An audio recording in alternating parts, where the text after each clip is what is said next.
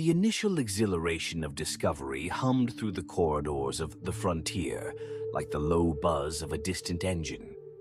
Excitement mingled with trepidation, a heady mixture that both fueled and unnerved the crew as we approached Xylem 4, a planet cloaked in swirling crimson storms, known for its hostility and eerie quietness, had become the obsession of spacefarers and scholars alike since the first signal had emerged, a metallic pulse, slow and rhythmic, as if a heartbeat. It whispered promises of answers to questions older than our most ancient myths. "Strap in, team. We're approaching the surface." Captain Morrow's voice crackled over the intercom, steady but taut, betraying a kernel of doubt he couldn't mask. The captain was a man of iron will and sharp eyes, but even he had shifted restlessly in the days leading to this moment, as if the vessel itself shivered in the presence of something it couldn't understand. The descent was rough, the ship jolting under the duress of atmosphere. Winds licked at our hull, fierce and hungry, making the metal groan like a wounded beast. Through the reinforced viewport, I glimpsed the city, a sprawling, ink-black expanse set against the storm's bloody sky. Towers stretched upward in spindly spirals, each tapering to a point that seemed to defy physics, like grasping fingers frozen mid-reach. There were no signs of life, no movement. Yet, an unshakable sense of presence pervaded the air, a feeling so thick it seeped through our suits and curled coldly around our bones. We landed on a clearing of smooth, obsidian-like stone, so polished it reflected distorted images of our ship and ourselves as we disembarked. The silence struck first, deep and oppressive. A silence so profound it swallowed the soft whir of suit machinery and the crunch of boots against the alien ground. I glanced at Dr. Ellery, our geologist, as she bent to touch the smooth surface. Her gloved hand hovered, hesitated, then pressed down. "Not stone," she said, her voice barely above a whisper. "It's warm, almost alive." Before the weight of her words could settle, a tremor rolled beneath us. The ground didn't just quake, it heaved like a great chest expelling breath. A sound followed, low and resonant, as if the very spires around us groaned in some ancient, untranslatable tongue. The pulse we had tracked for weeks had become a vibration that resonated through the soles of our feet and straight into the marrow of our souls. Captain Morrow's jaw clenched, eyes scanning the horizon for the source of the disturbance. "Stay together," he barked, the command more a plea than an order. His hand hovered near the holster at his side, but we all knew it was a comfort more than a deterrent. If something here stirred, we would not be equipped to face it. We moved as a unit, reluctant shadows weaving between towers whose surfaces seemed to shift when caught in the corner of one's eye. The deeper we pressed into the city, the more the structures closed in around us, archways narrowing and paths twisting in ways that defied logical design. The hum in the air grew stronger, a thrum that tickled the edge of perception, now unmistakably alive. Ellery fell behind, her gaze locked on a cluster of crystalline formations embedded in the ground, each jagged shard humming as if in harmony. She muttered something I couldn't hear, and as I turned to call out, her eyes met mine, wide and unblinking behind her visor. "This isn't mineral," she said, her voice thin and frayed. "It's something else. It's—" The words were torn from her throat as the tremor intensified. A vibration surged through the stone, through us, until the world around seemed to breathe. The silence was gone now, replaced by a pulse that carried an alien rhythm, as if the city itself was awakening from a centuries-long slumber. I reached for Ellery's arm, but she shrank back, eyes fixed on the shifting formations. A sudden choked cry slipped past her lips as one shard shuddered, split, and an eye, glistening black and faceted like that of an insect, flicked open. In that moment, the realization struck with the force of a hammer blow. We had not found the remnants of a forgotten civilization. We had disturbed something living, something ancient and vast, that had waited, coiled and watchful, in the heart of the abyss. The days stretched on, bleeding into one another under the perpetual twilight of Zealand 4's blood-red sky. Sleep came sparsely, chased away by the hum that throbbed through the ground and walls, as though the city's pulse was syncing with our own. Each step we took seemed to resonate, a ripple swallowed by the ancient whispers that slithered through the narrow corridors and towering spires. We were not alone. We never were. Dr. Levin, the exobiologist, prowled the city like a man possessed, his eyes sunken and bloodshot, fixated on the glyphs that marked every arch and wall. The glyphs moved when we weren't looking, reshaping themselves like living tendrils that curled into foreign shapes. He muttered constantly to himself, fingers tracing the patterns as if unlocking a language that had been dead for millennia. "The echoes," he whispered once, glancing over his shoulder at me, eyes glassy with the fervor that bordered on mania. "They're stories, warnings." His voice was barely audible, consumed by the growing din that throbbed inside our helmets, a murmur so persistent it clawed at our sanity. The camp we set up in the center of a great plaza, surrounded by needle-like towers, became a prison. At night, the air quivered with disembodied murmurs, whispers threaded with the impossible, voices we knew. I clenched my teeth against it, against the voice of my brother, who had died years before in the frigid void of deep space. I heard him call my name, and the sound struck deep, as sharp and bitter as the moment I had lost him. Captain Morrow sat alone by the glow of our dwindling power lamps, his silhouette slumped as he stared into the middle distance. No orders, no commands. His eyes glistened, unfocused. I dared not ask what he heard. The haunted emptiness in his expression said enough. On the third night, Ellery woke up screaming. The sound echoed against the spires, lost quickly in the yawning silence that swallowed all else. When I reached her, she was curled into herself, fingers clawing at her helmet as if trying to pry it off. I pulled her hands away, my voice trembling as I reassured her, but she only stared, wild-eyed, and whispered, "She's here. My daughter. I can hear her." The others exchanged glances, each look shaded with fear that mirrored my own. We had all heard them, loved ones long gone, speaking words that tugged at old scars. Yet none of us admitted it aloud until now. Dr. Levin didn't sleep at all after that night. The whispers found him wherever he wandered, growing bolder, echoing down hallways that twisted into impossible angles. His journal, once filled with meticulous notes, had become a testament to unraveling sanity. Pages scrawled with fragmented thoughts. It knows we're here. It remembers. It sees. The city isn't dead. It waits. It consumes, learns. The realization settled in my chest like lead. The city was no ruin. It was a living entity, a sentient labyrinth that whispered with the voices of those it had devoured, keeping their memories alive in its cold embrace. The notion festered, spreading among the crew like an infection. On the fifth night, Levin disappeared.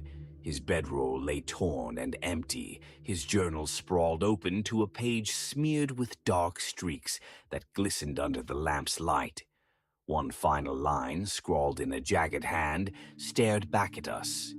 "We are its stories now." Panic unfurled among us, silent but palpable.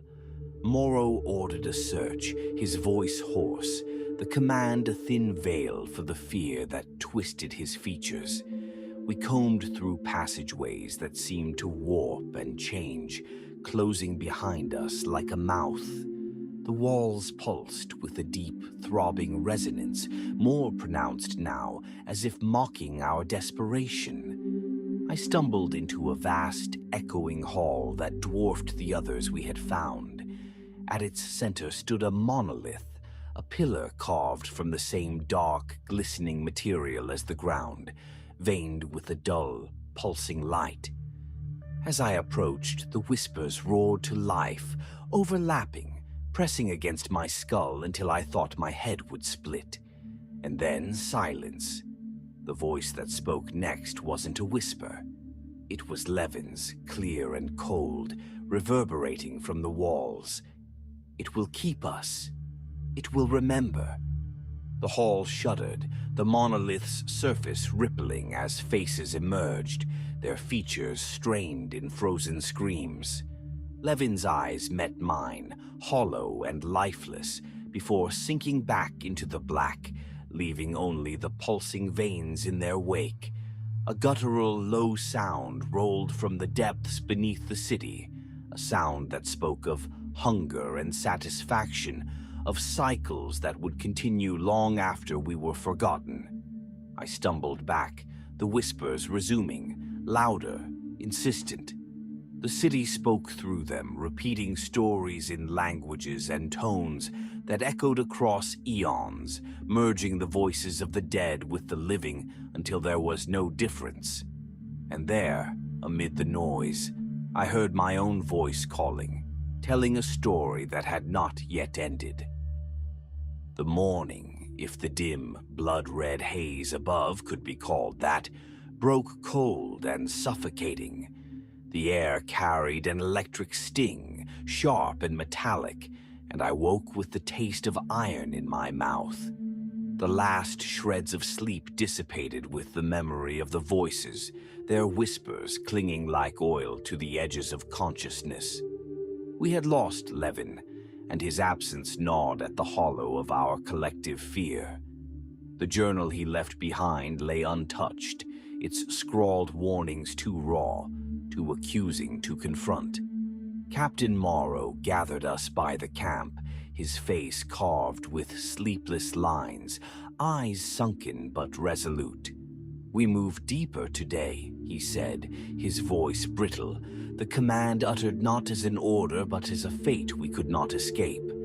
The city had drawn us in. Leaving now felt as impossible as pulling breath from a vacuum.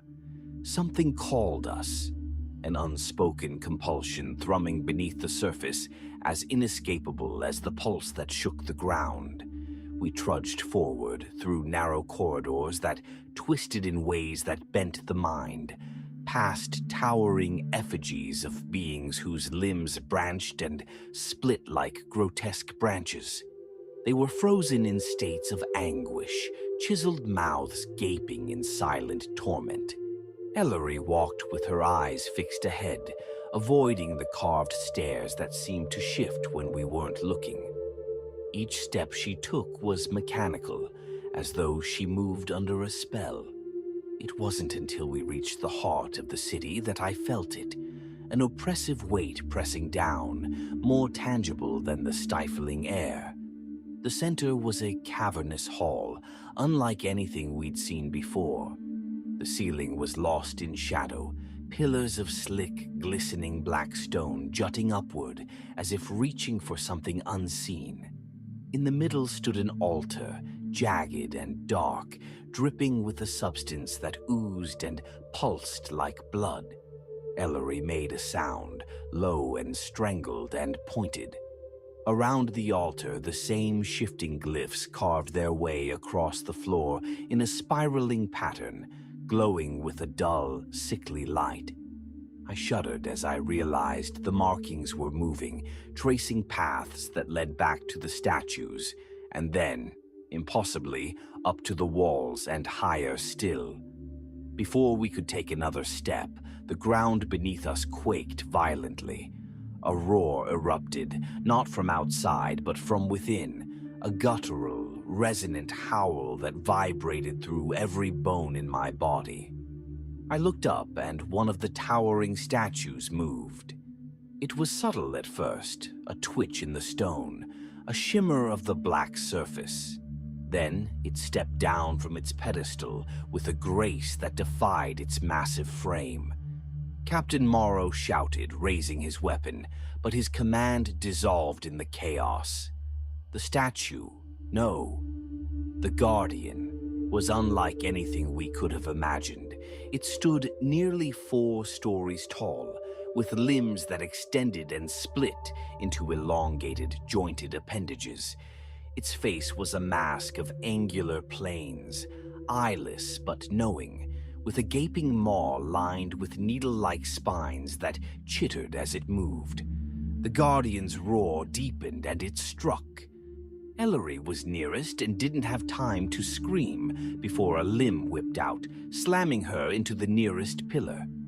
The crack of her suit shattering echoed through the chamber, her body crumpling like discarded paper. Morrow fired, his voice hoarse, the staccato burst of gunfire swallowed by the Guardian's wail.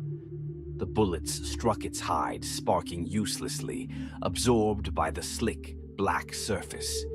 It turned to face him, its maw splitting wider, and lunged with a speed that belied its size. Morrow disappeared beneath the writhing limbs, his scream cut off as the creature enveloped him. Panic surged, raw and blinding.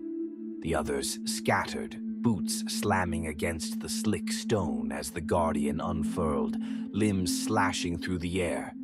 I ran, not daring to look back, my pulse hammering in my ears as the whispers rose to a fever pitch, no longer just voices but a chorus of screams. The city shifted around me, the path narrowing and reshaping as if guiding me toward an unseen destination. My breath came in ragged gasps, the sound of pursuit echoing in the confined space. I stumbled into a smaller chamber, its walls covered in the same shifting glyphs that throbbed with an unnatural light. It was then that I realized the Guardian hadn't followed me. It didn't need to. The city was awake, a living thing, and I was caught in its lungs, struggling for breath. The whispers became words, clear now, spoken in a language that scraped against reason. They spoke of hunger, of time and memory, of endless consumption. Suddenly, the chamber around me quivered, and the altar in the center pulsed with a deep, resonant glow. It shimmered wetly as tendrils of the same black substance began to unfurl, sliding across the floor toward me, hungry and sentient.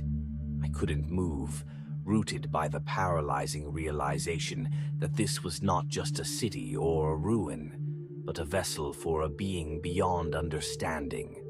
The Guardian was not its protector, it was its servant. The last coherent thought I had before the darkness swallowed me was that we had not discovered a forgotten civilization. We had been lured into a maw that hungered for new stories, new voices to add to its eternal echo. The chamber was suffocating, a maw of stone and shifting symbols that closed tighter with every breath. The air quivered with the weight of memories that were not my own, whispers pressing against my skull until it felt like it would crack open. The altar at the center pulsed, its dark surface alive with tendrils that snaked across the ground, each one glistening with an oozing black ichor. They moved with purpose, searching, reaching. I backed away, my legs heavy with exhaustion and the cold embrace of dread. The city's hum was no longer an external noise. It resonated inside me, a drumbeat that had merged with the erratic pulse of my heart. It whispered my name, layered with the voices of Ellery, Captain Morrow, Levin, even the brother I had lost so long ago. Each voice twisted in pain and awe, telling me what I refused to understand. I was part of it now. A sound like stone scraping against stone rolled through the corridor behind me. The Guardian's limbs unfurled as it stalked forward, its form silhouetted in the dim, sickly light. It paused at the threshold, eyeless face turned in my direction. I met its gaze, or where its gaze would be, and for an instant, everything fell silent. Time slowed, bending under the weight of the presence that pressed down on me like the gravity of a dying star. It knew me. It saw beyond flesh, into the marrow of who I was, and it found me wanting. Then it stepped aside. The whispers surged, an overwhelming flood that carried more than voices. They carried images, cities on fire, skies filled with writhing forms, and worlds that cracked open like eggshells to reveal dark, churning masses beneath. I saw civilizations devoured, not by war or decay, but by the unrelenting hunger of a being that spoke not with the mouth but through the pulse of the very cosmos. The realization seared through me. We had awakened something ancient, something that had slept not out of peace but out of patience. The tendrils coiled around my ankles, their touch cold and wet, a parody of an embrace. I struggled, breath coming in shallow gasps as the whispers shifted to a singular voice, deep and resonant, each word punctuated by the pulse that echoed within my chest. You sought the forgotten. You have become it. My scream was swallowed by the chamber, soundless as the walls around me shivered with life. The city shifted again, closing off exits, sealing me into the heart of a living tomb. The Guardian's limbs flexed and it sank back into the shadows, its role fulfilled. The tendrils moved higher, tightening, constricting, and I was powerless against them. As my vision blurred, the finality of it settled over me like a shroud. We had never stood a chance, not against something that had carved its name across the stars, that had fed on centuries of explorers drawn in by the same irresistible call. The city's stories were etched into the bones of its victims, bound by the echoes that would carry on long after the last ember of human memory faded. I felt the cold press of the tendrils at my throat, and the whispers softened into a single, haunting note. The city sighed, a sound of satisfaction and despair entwined, and I understood that I would be more than dead. I would be remembered. A voice among thousands repeating my failure to the next who dared to seek, drawn by a pulse that promised discovery, but delivered only a waking nightmare. The last of the light faded, and as I was swallowed whole, I became part of the city, part of the story it told. There would be no rescue, no return, only the whispers of lost voices reaching, calling out across the void, luring new souls into the silence where hope was not just lost, but had never existed.